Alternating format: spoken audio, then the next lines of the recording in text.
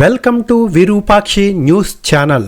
Virupakshi news channel ద్వారా 2024 ఎన్నికల తీర్పు ఏ రకంగా ఉంటుంది, ఈ ఎన్నికల్లో ఎవరు నగ్గుతారు, ఎవరు విజయ పతాకాన్ని ఎగరవేస్తారు అనే కొన్ని అంచనాలను మీ ముందుకు తీసుకురావడం జరుగుతోంది. అయితే ఈ వీడియోని పూర్తిగా చూస్తేనే మా అంచనాలు, మా నిర్ణయాలు మీకు పూర్తిగా అర్థమవుతాయి.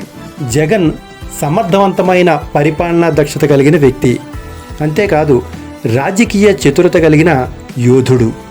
2019 సంవత్సరంలో తన సత్తా ఏంటో చూపి ఆంధ్రప్రదేశ్ రాష్ట్రానికి రాజయ్యాడు. తన తోటి ఇతర రాజకీయ ధురంధరులు కూడా నిలబడలేకపోవటానికి అతనులోని విశ్వాసానికి నిదర్శనంగా చెప్పాలి. రాజకీయ చదరంగంలో పావులు కదపడం మాటలు కాదు, ఎంతో విజ్ఞత, నేర్పు, ఓర్పు అవసరం. అంతేకాదు పావులను సమయస్ఫూర్తిగా కదపాలి. అలా జరగకపోతే భవిష్యత్తు ప్రమాదంలో పడవేస్తుంది. ఇక్కడ అదే జరిగింది. అదేంటో విపులంగా చూద్దాం. రాజకీయ కాంక్షతో మెగాస్టార్గా పిలువబడే సినిమా రంగానికి చెందిన చిరంజీవి అనుభవంలో సినిమాలో నటించడం వేరు, నిజ జీవితంలో వేరు అని అర్థమయ్యే సమయానికి చిరునవ్వులతో చిలిపికృష్ణుడు పవన్ కళ్యాణ్ ఆంధ్రుల అభిమానం చూరగొని అంచెలంచెలుగా చిన్ని కృష్ణుడు అడుగులు వేస్తున్న సమయంలో 2019 సంవత్సర ఎన్నికల శంఖారావం మ్రోగింది. చిన్ని పాదాలతో చిన్ని కృష్ణుడి లీలను గ్రహించలేని యశోదమ్మలు, వసుదేవులు అతని వ్యూహం అంచనా వేయలేకపోయారు. ఫలితంగా 2019 సంవత్సరపు ఎన్నికలలో అతనిపై దృష్టి సారించలేకపోయారు. అప్పటి ఆంధ్రుల వాతావరణం మార్పును కోరుకుంటోంది. ఆ మార్పు పూర్తిగా ఓదార్పు యాత్ర జగన్ వైపు పడింది. 2019 సంవత్సరం మాదిరిగానే జగనే రెండవసారి ముఖ్యమంత్రి అనే నినాదాలే మొత్తం ఆంధ్రుల మనస్సుల్లో, మెదళ్ళలో నాటుకుపోయిన సమయంలో చిత్ర విచిత్రాలన్నీ అంచెలంచెలుగా ప్రజల్లో అసహనం చోటు చేసుకునే అవకాశాలని ఏర్పరిచాయి. అందులో 3 రాజధానుల సమస్య ఒకటి. ఆ వెంటనే రాజధాని భూములపై హక్కుదారుల తిరుగుబాటు ప్రారంభమైంది. సజావుగా సకాలంలో వారికి సరైన న్యాయం జరగకపోవడంతో ప్రజల మద్దతు బాట పట్టారు, కోర్టులను ఆశ్రయించారు. ఈ విధానమంతా శాంతియుత పోరాటంలో జాతిపిత మహాత్మా గాంధీ విధానాలను కొనసాగించారు. రైతులకు దడ పుట్టించే భూ హక్కు చట్టం ప్రజల్లో అసహనాన్ని కలిగించింది.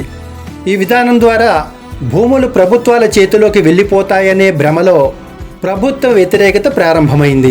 కేవలం రైతులే కాక భూముండి పట్టాలు లేని ఎంతోమంది ఈ విధానం పోవాలంటే ప్రభుత్వం మారాలనే ఆలోచనలో పడ్డారు.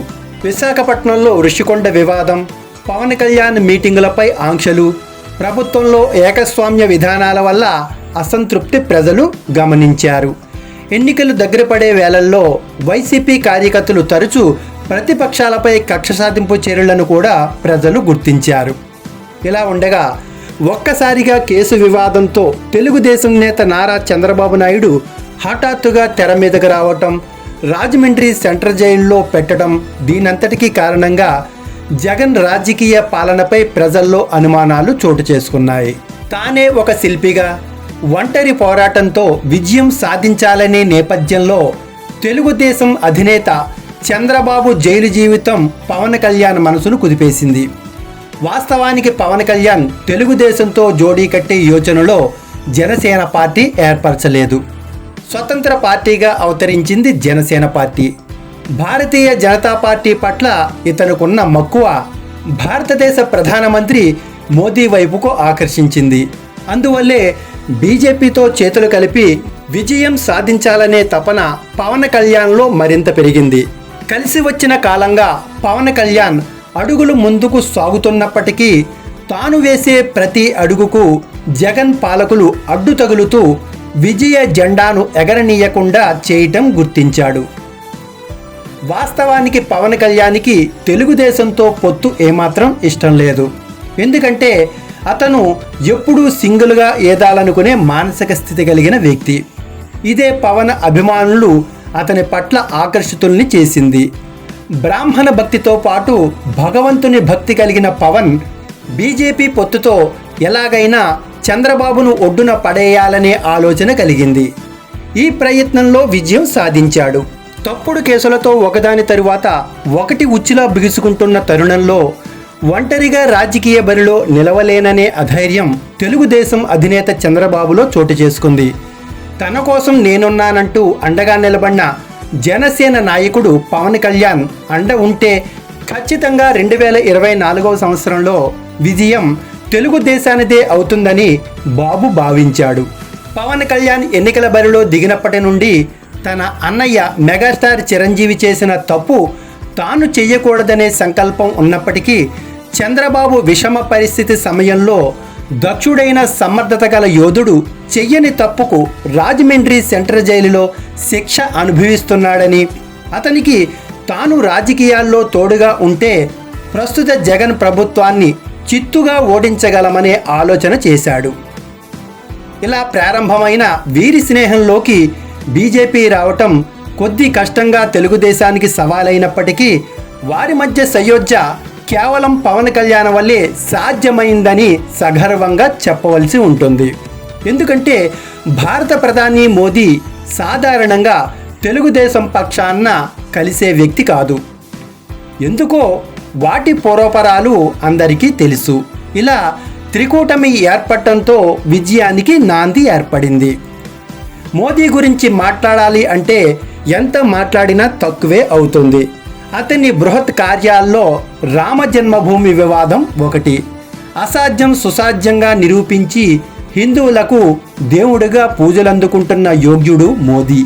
అందువల్లే ఆంధ్రావనిలో హిందువులకు దేవునిగా నిలబడిన మోదీని పవన్ కళ్యాణ్లో చిన్ని కృష్ణుడిగా చూడసాగారు. అంతే, త్రికూటమి విజయంతో రాజధాని ఆంధ్రాలో తిరగబడి ఎన్డీఏ కూటమి విజయానికి పవన్ కళ్యాణ్ విష్ణుచక్రం తిప్పాడు. ఈ లెక్కల అంచనాల్లో జగన్ ప్రభుత్వం ప్రతి అభాండాలకు ప్రతిపక్షాలే కారణంగా వేలెట్టి చూపటం, తగాదాలు, మనశ్శాంతి లేని సామ్రాజ్యంగా ఆంధ్రావని సాగుతున్న నేపథ్యంలో 2024 ఎలక్షన్లు ఎవరిది గెలుపు అని అడగసాగాయి. జై శ్రీరామ్ అనే స్మరణలో తన్మయత్వం చెందిన ప్రతి హిందువు ఓటు పవన్ కళ్యాణ్లో మోదీని ఎంచుకున్నారు.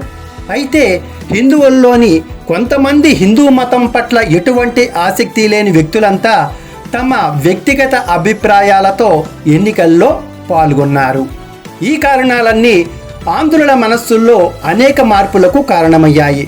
తద్వారా 2024 ఎన్నికల తీర్పులో ఎన్డీఏ కూటమి దక్కించుకునే స్థానాలు 120 నుండి 140 మధ్య అవకాశాన్ని ఇస్తాయని జనసేవ, విరూపాక్షి అంచనా వేశాయి.